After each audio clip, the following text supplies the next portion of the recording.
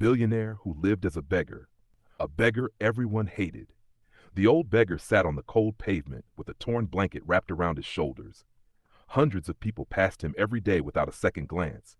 Some threw insults, others tossed coins as if feeding a stray animal. Then, one rainy afternoon, three black luxury cars stopped in front of him.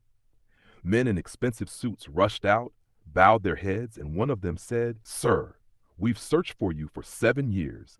The board cannot make another decision without your approval." The entire street fell silent. How could a man who looked like he hadn't eaten in days be treated like the most powerful man in the country? To understand that, we have to go back 25 years. The Hawthorne family wasn't just wealthy. They were legendary. Their businesses stretched across continents. Banks trusted them. Governments negotiated with them. Newspapers called them the family that could buy anything except time. At the center of it all stood Victor Hawthorne, a man whose sharp mind built an empire worth billions. He had 4 children. The oldest, Alexander, believed power belonged only to the strongest. The second, Edward, hid his greed behind a charming smile. Their younger sister, Sophia, cared more about people than money and often disagreed with her brothers. The youngest was Daniel. Unlike the others, Daniel never cared about expensive watches, private jets, or luxury cars. As a child, he spent more time in the company kitchen talking to cooks than attending glamorous parties. Whenever someone asked what he wanted to be when he grew up, he smiled and said, "Someone people can trust." His brothers laughed every time. "Trust doesn't make money," Alexander would say. "Power does." Victor noticed the difference. Instead of teaching Daniel how to dominate people, he taught him something else. A true leader, Victor often said, must know how ordinary people live. If you only understand the rich, you'll destroy everything you build. Daniel never forgot those words. Years passed. The siblings became adults. Alexander controlled the construction companies. Edward expanded the investment division. Sophia ran the family's charitable foundation. Daniel quietly managed small businesses that nobody else wanted. Yet those small companies always became profitable. Employees loved working for him. Customers trusted him. Even competitors respected him. The board members began whispering, maybe Daniel should inherit the empire. Those whispers reached Alexander and Edward. From that day forward, their smiles became masks. Then tragedy struck. Victor collapsed during an international business meeting. The doctors fought to save him. For 3 days, the entire country waited. On the 4th morning, Victor Hawthorne died. The news shook financial markets around the world. But while the public mourned, inside the Hawthorne mansion, a war had already begun. Victor's lawyer gathered the family for the reading of the will. The room was silent enough to hear a clock ticking. The lawyer opened the envelope. "Mr. Victor Hawthorne has left a personal letter before his final instructions." He cleared his throat and began reading. "To my children, if you're hearing this, I am gone. Wealth is easy to inherit. Character is not." Everyone listened carefully. "The next leader of Hawthorne Global will not be chosen by age or by ambition." Alexander's smile faded. Edward shifted in his chair. "My successor will be Daniel." Silence. Then, Alexander slammed his fist onto the table. "Impossible!" Edward stood so quickly that his chair crashed onto the floor. Sophia stared at her younger brother with wide eyes. Daniel himself looked completely stunned. "Father must have made a mistake," he whispered. But the lawyer wasn't finished. "There is one condition." Everyone turned toward him. "Daniel must disappear from wealth for 1 full year." The room filled with confusion. He will live with nothing. No money, no family name, no security. If, after 1 year, he still chooses compassion over power, the entire Hawthorne empire will become his. Alexander laughed bitterly. A ridiculous game. Edward smiled for the first time, because he already had a plan. If Daniel never completed that year, he could never inherit anything. That very night, as Daniel drove away from the mansion with nothing but an old backpack, a black SUV quietly followed him through the darkness. Inside sat Alexander and Edward. Alexander looked at his younger brother through the tinted window. Then he spoke 6 chilling words. "Make sure he never comes back." The driver nodded. It pressed harder on the accelerator. The year that changed everything. Daniel Hawthorne had lost his fortune, but he still had his life, or so he thought. As he drove through the rain on a lonely mountain road, headlights suddenly appeared in his rearview mirror. One black SUV became two, then three. The vehicles accelerated. A truck swerved into his lane. There was nowhere to escape. One violent crash later, the world believed the future billionaire was dead. But the men who planned the accident had made one fatal mistake. They never found the body. The sound of rain faded into silence. Daniel slowly opened his eyes. His head throbbed with pain, and every breath felt like a knife pressing against his ribs. He wasn't in his car anymore. He was lying inside a small wooden cabin, wrapped in old blankets beside a crackling fireplace. An elderly man sat nearby, quietly stirring a pot of soup. When he noticed Daniel was awake, he smiled. "You're lucky to be alive." Daniel tried to sit up but winced in pain. "What happened?" The old man handed him a cup of warm tea. "I found your car at the bottom of the hill. It looked like someone wanted to make sure nobody survived." Daniel's heart sank. It hadn't been an accident. His own brothers wanted him gone. The old man's name was Elias. He lived alone on the edge of a forgotten village. Years earlier, he had owned a successful workshop, but after losing his wife and son, he gave everything away and chose a quiet life. For 2 weeks, Elias cared for Daniel without asking for his name or expecting anything in return. One evening, Daniel finally asked, "Why did you help a complete stranger?" Elias smiled. "Because one day I was the stranger who needed help." Those words stayed with Daniel. His father had always said, "Wealth revealed character." Elias proved that kindness didn't require wealth at all. When Daniel recovered, he thanked Elias and left with only a worn backpack and a few coins. For the first time in his life, he had no family name to protect him. No driver, no bodyguards, no credit cards, no mansion, only uncertainty. He walked for hours until he reached the nearest town. His stomach growled with hunger. He searched for work everywhere. Restaurants, construction sites, shops, factories. Every answer was the same. "We're not hiring." Some employers didn't even let him finish speaking before closing the door. By sunset, Daniel had earned nothing. That night, he sat on a park bench, cold and exhausted. Across the street, he watched a businessman step out of a luxury car. The man shouted at an elderly janitor for accidentally spilling water near the entrance. Without thinking, Daniel crossed the street. "It was an accident," he said calmly. "There's no reason to humiliate him." The businessman glared at Daniel. "And who are you?" "Just someone who thinks respect doesn't depend on money." The businessman laughed. "You look homeless. Don't lecture me." He tossed a few coins at Daniel's feet. "Buy yourself dinner." Daniel looked at the coins but didn't pick them up. Instead, the old janitor quietly collected them and whispered, "My granddaughter hasn't eaten today." Daniel smiled. "Then keep them." The businessman drove away, never realizing that the man he mocked had once been wealthier than he could ever imagine. Days turned into weeks. Daniel slept wherever he could, sometimes in abandoned buildings, sometimes under bridges, sometimes on church steps. He learned how invisible poor people became. People avoided looking at him. Security guards chased him away. Children pointed and laughed. Yet among those with the least, he found the greatest generosity. A woman selling bread gave him her last loaf. A taxi driver refused payment after hearing his story. A little boy shared half of his sandwich without asking his name. Every act of kindness reminded Daniel of the leader his father had hoped he would become. Meanwhile, back at Hawthorne Global, Alexander sat confidently in the chairman's office. Although Daniel had not officially been declared dead, no one had seen him since the crash. Edward convinced the board that Daniel had abandoned the family. "We can't wait forever," Edward argued. "The company needs leadership." Some directors agreed.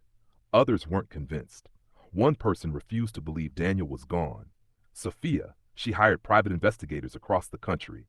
Every night she stared at an old family photograph. "I know you're alive," she whispered. "Please, come home."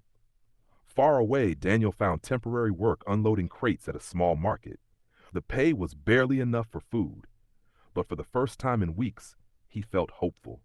The market owner was a kind widow named Grace, who believed in giving people a second chance. She noticed Daniel worked harder than anyone else. One evening she asked, "You don't talk like someone who's always been poor." Daniel smiled faintly. "I've learned that appearances can lie." Grace nodded. Then perhaps your story is much bigger than you're ready to tell. Daniel simply looked toward the sunset. For now, his secret had to remain hidden, because somewhere out there, the people who wanted him dead were still searching. 3 nights later, after closing the market, Daniel walked home through a narrow alley. Suddenly, he heard footsteps. Not one person, several. He turned. 4 men blocked the entrance. Another stood behind him. The tallest stepped forward and unfolded a photograph. It was old, slightly damaged by rain, but Daniel recognized it instantly. It was a picture of himself. The man smiled. So, he slipped the photograph back into his jacket. We finally found you. The alley was silent. 5 men surrounded Daniel. The leader smiled as he held up an old photograph. We finally found you. Daniel had no money, no bodyguards, no weapon. If these men worked for his brothers, this would be the last night of his life. But then, the leader said something Daniel never expected. Your father trusted us with a secret before he died. Daniel didn't move. His heart pounded. Who are you? He asked. The leader slowly put the photograph away. My name is Marcus. We worked for your father for more than 20 years. Daniel frowned. I've never seen you before. You weren't supposed to. Marcus glanced around before lowering his voice. Your father had a private security network. We protected the family from threats no one else ever knew about. Daniel's eyes widened. If that's true, why didn't you save him? Marcus looked down. We arrived too late. Marcus reached into his coat and handed Daniel a small silver key. This belonged to your father. Daniel recognized it immediately. Victor Hawthorne always wore it around his neck. After his death, the key had mysteriously disappeared. What does it open? Daniel asked. Marcus shook his head. Only your father knew. Then why give it to me now? Because the people hunting you are getting closer every day. Back at Hawthorne Manor, Alexander stood in Victor's old office. He poured himself a glass of expensive whiskey and stared at his father's portrait. I built this empire too, he muttered. So why wasn't I enough? A knock interrupted his thoughts. Edward entered carrying a folder. Our investigators found something. Alexander looked up. What? A witness survived the crash. Alexander's face hardened. And? He says he saw someone crawl out of the wreckage before it exploded. Silence filled the room. Edward finally whispered, Daniel is alive. Alexander smashed his glass against the wall. I told them to make sure. Edward remained calm. Anger won't solve this. So what will? Edward smiled coldly. If Daniel is alive, we simply finish what we started. Meanwhile, Sophia continued searching. Unlike her brothers, she refused to believe Daniel had abandoned everyone. She visited hospitals, shelters, police stations, churches. Everywhere she went, people shook their heads. No one by that name. Late one evening, an elderly nurse stopped her. I don't know a Daniel Hawthorne, she said, but a few weeks ago we treated a young man with injuries from a terrible car accident. Sophia's heart skipped. Where is he now? The nurse sighed. He disappeared before we learned his real name. For the first time, Sophia smiled. My little brother, you're alive. Days later, Daniel and Marcus traveled to a quiet mountain town. Hidden beneath an abandoned chapel stood an underground vault built decades earlier. Marcus inserted the silver key. The heavy steel door slowly opened. Inside, there wasn't gold, there wasn't cash, there wasn't jewelry. Instead, thousands of neatly organized files lined the walls. Photographs, contracts, voice recordings, financial records. Daniel stared in disbelief. What is all this? Marcus answered quietly. Your father's insurance policy. Victor Hawthorne had secretly documented every illegal action committed by powerful businessmen, politicians, and even members of his own family. Daniel froze. Then he saw 2 familiar names.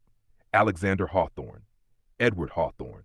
His hands trembled as he opened the files. Bribes, fraud, money laundering, threats against business rivals, even evidence suggesting they had arranged his car crash. Daniel couldn't believe what he was reading. My own brothers. Marcus nodded sadly. Your father suspected they would destroy the family if they gained complete control. Daniel sat silently for a long time. Marcus expected anger, revenge, hatred. Instead, Daniel asked, can they still change? Marcus looked surprised. After everything they've done? Daniel remembered something his father once told him. The hardest person to forgive is often the one who needs it most. Daniel closed the files. I won't become like them. Marcus smiled. Victor had chosen the right son. But danger was already closing in. Miles away, one of Edward's hackers finally broke into Victor's old security system. A blinking dot appeared on the screen. The underground vault. Edward leaned closer. So, he smiled. You found Father's secret. Alexander looked at the location. Send everyone. No mistakes this time. That night, Daniel and Marcus heard engines outside. Not one vehicle, not two, more than a dozen. Powerful floodlights lit up the old chapel. Voices echoed through the darkness. Search every room. No one leaves alive. Marcus looked at Daniel. They found us. Daniel glanced toward the vault containing the truth that could destroy his brothers forever. He took a deep breath. For the first time since losing everything, he stopped running. He looked Marcus in the eye and said, If they want me, they'll have to come inside. The ancient chapel shook as armed men surrounded it. Daniel stood inside the hidden vault, holding the files that could destroy his own family forever. Marcus handed him a small flash drive. If they get this, your father's life's work is over. Heavy footsteps echoed above them. The steel door began to tremble. Someone was trying to force it open. Daniel had only two choices: save the evidence or save himself. The pounding grew louder. Boom, boom, boom. Dust fell from the ceiling. Marcus checked the security cameras. There are more than 20 men. Daniel took a deep breath. They're not here to negotiate. Marcus nodded. They've been ordered to leave no witnesses. Inside the first file was a handwritten note from Victor Hawthorne. Daniel unfolded it carefully. My son, if you're reading this, it means I was right to fear what this family would become. Daniel's hands trembled. Never fight for wealth. Fight for truth. Money can rebuild a company. Character rebuilds a family. Tears filled Daniel's eyes. Even after his death, his father was still guiding him. Above ground, Alexander stepped out of a black SUV. He looked at the old chapel with cold eyes. So this is where you've been hiding. Edward joined him. We're running out of time. Alexander frowned. What do you mean? The board is demanding proof that Daniel is dead. Alexander clenched his jaw. Then we'll give them proof. Back inside, Marcus led Daniel through a narrow tunnel behind the vault. Your father built escape routes decades ago. Daniel looked surprised. How many secrets did he keep? Marcus smiled sadly. A good king never survives by trusting everyone. They hurried through the tunnel. Behind them, the steel vault door finally burst open. Armed men rushed inside. It's empty, one of them shouted. They escaped.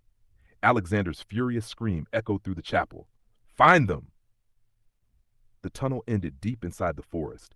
For hours, they walked through the darkness. Near sunrise, they reached a quiet lakeside village. Daniel had never seen a place so peaceful.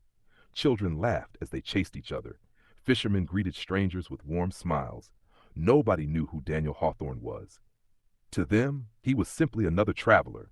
For the first time in months, Daniel felt something he hadn't felt since his father's death. Peace. Meanwhile, Sophia discovered something hidden inside Victor's old study. Behind one of the bookshelves was a small wooden box. Inside, she found dozens of letters. Each one had been written by Victor. None had ever been sent. One letter was addressed to her, another to Alexander, another to Edward, and one to Daniel. Sophia carefully opened her own. It read, Sophia, if this family ever falls apart, remember that love is stronger than inheritance. Your youngest brother will need you most. Never stop believing in him. Sophia wiped away a tear. I won't, Father. That same afternoon, Daniel met a young schoolteacher named Clara. She noticed he was helping an elderly man repair his fishing boat. You've never done this before, she laughed. Daniel smiled. Is it that obvious? You nearly hammered your own thumb. Both of them laughed. For the first time since everything changed, Daniel laughed too. He didn't tell her who he really was, and Clara never asked. She judged him only by his kindness. Days turned into weeks. Daniel became part of the village. He repaired homes, helped fishermen, carried groceries for the elderly, played games with children after school. The villagers began calling him the gentleman beggar. Because although his clothes were old, he treated everyone with dignity. Daniel slowly realized something. He had once owned skyscrapers, yet he had never felt as rich as he did now. Far away, Alexander's empire was beginning to crack. Without Daniel's careful leadership, projects failed. Investors grew nervous. Employees resigned. News channels questioned Hawthorne Global's future. Edward panicked. If this continues, we'll lose everything. Alexander slammed the report shut. We don't have a business problem. We have a Daniel problem. Late one evening, a little girl ran toward Daniel, crying, "My father! He collapsed!" Without hesitation, Daniel sprinted to the small house. Inside, the girl's father struggled to breathe. Daniel remembered the emergency medical training he'd received years earlier as part of a corporate safety program. He acted quickly, keeping the man stable until the village doctor arrived. The doctor's eyes widened. "You saved his life." The grateful family hugged Daniel with tears in their eyes. Clara watched quietly from the doorway. She whispered to herself, "Who are you, really?" That same night, hundreds of miles away, Edward received a phone call. The caller spoke only one sentence. "We found him." Edward smiled. "Where?" "The lakeside village." Alexander stood up immediately. "This time," he said coldly, "I'll deal with my little brother myself, a billionaire's brother, a school teacher, a quiet village." None of them knew that before sunrise, one decision would change all of their lives forever. As Daniel walked home carrying a basket of bread, a convoy of black SUVs rolled into the village. The children stopped playing. The birds flew from the trees, and the first man to step out wore the same cold smile Daniel had known his entire life. Alexander had finally found him. The entire village fell silent. People had never seen so many luxury vehicles in one place. Alexander adjusted his expensive suit and looked around with disgust. "So, this is where the future chairman of Hawthorne Global has been hiding." Daniel slowly stepped forward. "You shouldn't have come." Alexander laughed. "I came to bring you home." Daniel looked into his brother's eyes. "No. I came to end this." The villagers watched in confusion. Clara stepped closer to Daniel. "Do you know this man?" Daniel hesitated. Before he could answer, Alexander spoke loudly. "This beggar is worth more money than this entire village combined." Gasps spread through the crowd. Daniel lowered his head. His greatest secret had just been exposed. Alexander walked around Daniel, smiling as if he had already won. "You could have lived in a palace." But instead, he looked at Daniel's worn shoes. "You chose to live like this." Daniel answered quietly, "No, I chose to live honestly." Alexander's smile disappeared. Clara couldn't understand what she was hearing. "You mean?" She looked at Daniel. "You're really a billionaire?" Daniel nodded slowly. "I was. You lied to all of us?" "I hid my name."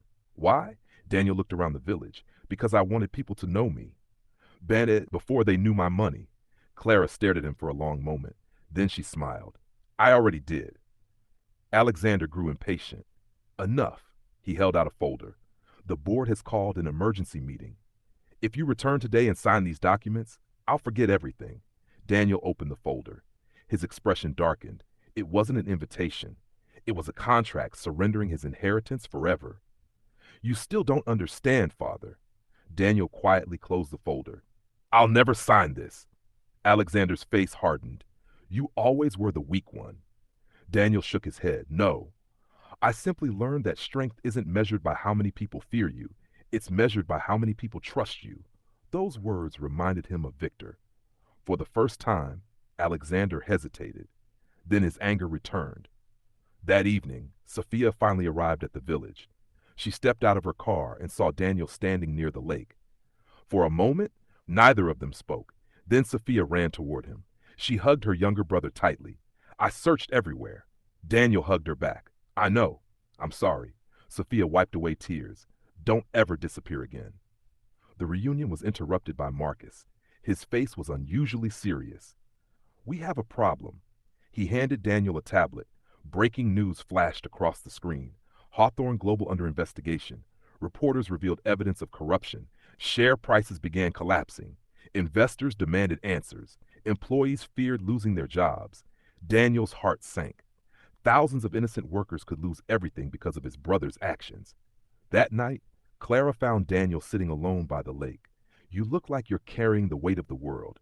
Daniel smiled sadly. "Maybe I am." She sat beside him.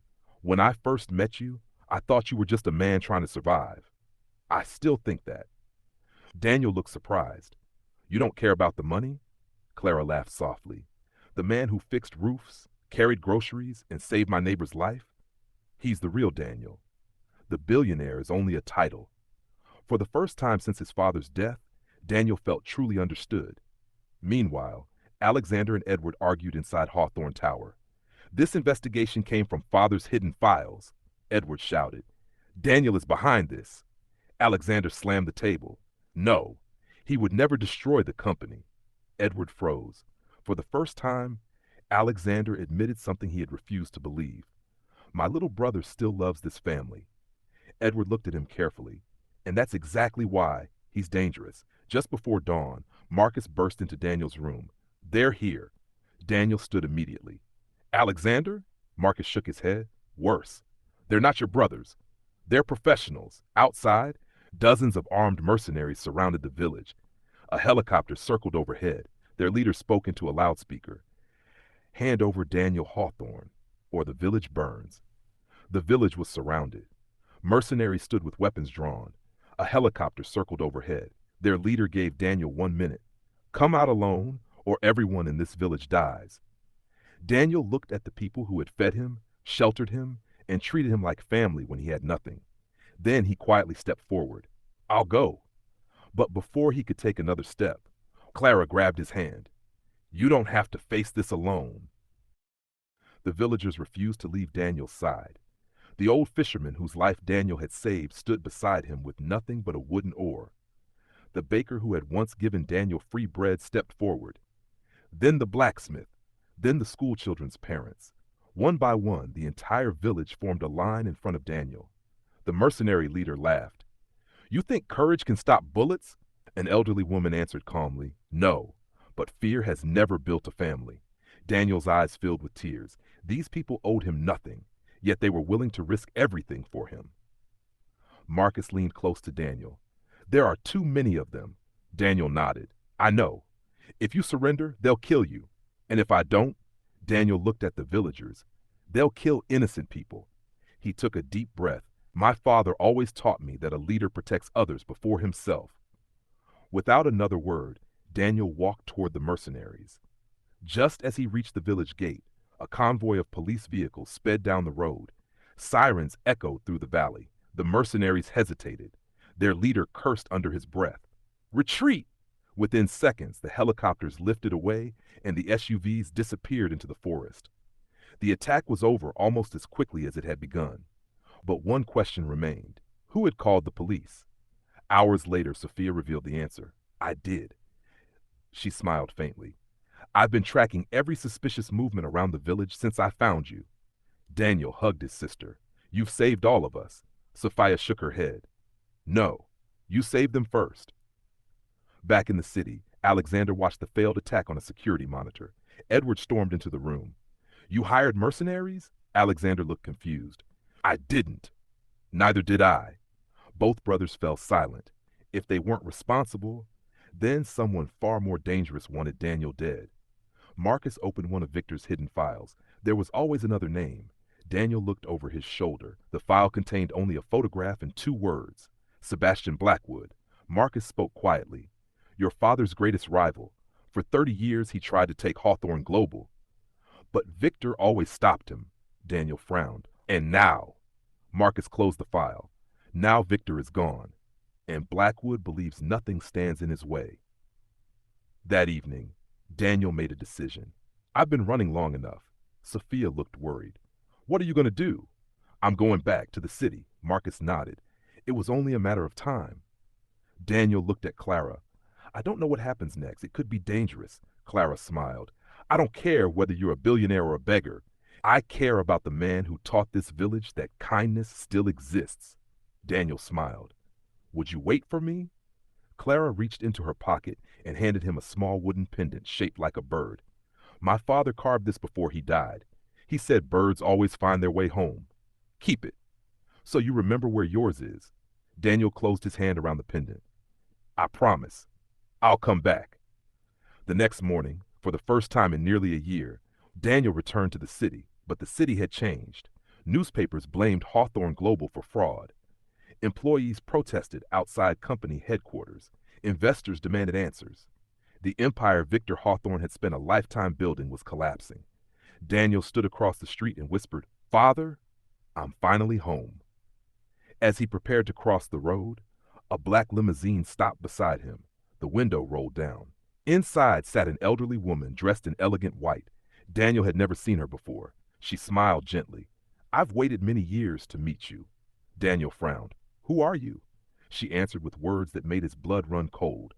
I was your father's first wife, and I know the secret he took to his grave. The elegant woman looked Daniel straight in the eyes. I was your father's first wife. Daniel's heart stopped. My father was only married once. The woman gave a sad smile. That's what everyone believes. Then she whispered the words that would change Daniel's life forever. Victor Hawthorne didn't lose his empire because of greed. He sacrificed it to protect his children. Daniel slowly entered the limousine. My name is Eleanor. I met your father when we were both young and had nothing. She looked out the window, remembering the past. Before Hawthorne Global existed, before the money, before the fame. Daniel listened without saying a word. He dreamed of building a company that would make people's lives better. But success has a price. Eleanor handed Daniel a small leather journal. This was your father's. Inside were years of handwritten notes. On one page, Victor had written, if my children ever fight over my wealth, it means I failed as a father. But if even one of them chooses people over power, the Hawthorne name will survive. Daniel closed the journal, holding back tears. Meanwhile, Sebastian Blackwood watched everything from the top floor of his headquarters. Unlike Alexander or Edward, Sebastian never acted in anger. He waited. He planned. He smiled. One of his assistants entered. Sir, Hawthorne Global has lost another 20% of its value. Sebastian nodded. Good. And Daniel Hawthorne has returned to the city. Sebastian slowly stood. Excellent. Bring him to me. Across town, Alexander finally confronted Edward. You lied to me. Edward remained silent. The mercenaries, you hired them. Edward looked away. I had no choice. Alexander slammed him against the wall. They attacked innocent people. Edward shouted back. I was trying to protect our future. Alexander let go. For the first time in years, he realized greed had turned his own brother into someone he no longer recognized. That evening, Sophia, Marcus, Daniel, and Eleanor gathered inside Victor's old office. Eleanor pointed toward a painting hanging above the fireplace. Your father always said this painting reminded him of hope. Marcus examined it carefully. It seems ordinary. Daniel stepped closer. Something felt strange. He touched the frame. Click. A hidden compartment opened inside the wall. Everyone stared. Inside rested a single envelope. It read, Open only when my family stands together. Silence filled the room. Alexander wasn't there. Edward wasn't there. Victor had known this day would come, and he knew they still weren't united. Just then, the office doors burst open. Alexander walked inside. No bodyguards, no lawyers, no expensive suit jacket. He looked exhausted. He looked older. Daniel stood silently. Neither brother spoke for several moments. Finally, Alexander lowered his head. I'm sorry. Those two words shocked everyone. I spent my whole life trying to earn Father's approval. I thought becoming powerful would make him proud. Instead, I became the man he feared. Daniel saw genuine regret in his brother's eyes. For the first time, he believed Alexander truly wanted to change, but Edward had made a different choice. He secretly met Sebastian Blackwood. I'll give you everything. The company, the files, Daniel. In return, I become CEO. Sebastian smiled. You still don't understand. Edward frowned. Understand what? Sebastian leaned forward. I don't want the company. I want revenge. Then he quietly revealed the truth. 30 years ago, your father destroyed my family. Edward realized too late he had made a deal with a man who cared nothing about money, only hatred. That same night, Daniel finally gathered everyone together. Sophia, Alexander, Marcus, Eleanor. He placed Victor's sealed envelope on the table. This is what father wanted. He looked at Alexander. Are you ready? Alexander nodded. Daniel slowly reached for the envelope. Just as his fingers touched it, the lights across the entire building went out. Darkness. A gunshot echoed through the room. Someone screamed. Then, a familiar voice whispered from the shadows, the Hawthorne family ends tonight. For years, Daniel had fought to protect his father's legacy, but now the final battle was not about billions of dollars. It was about forgiveness.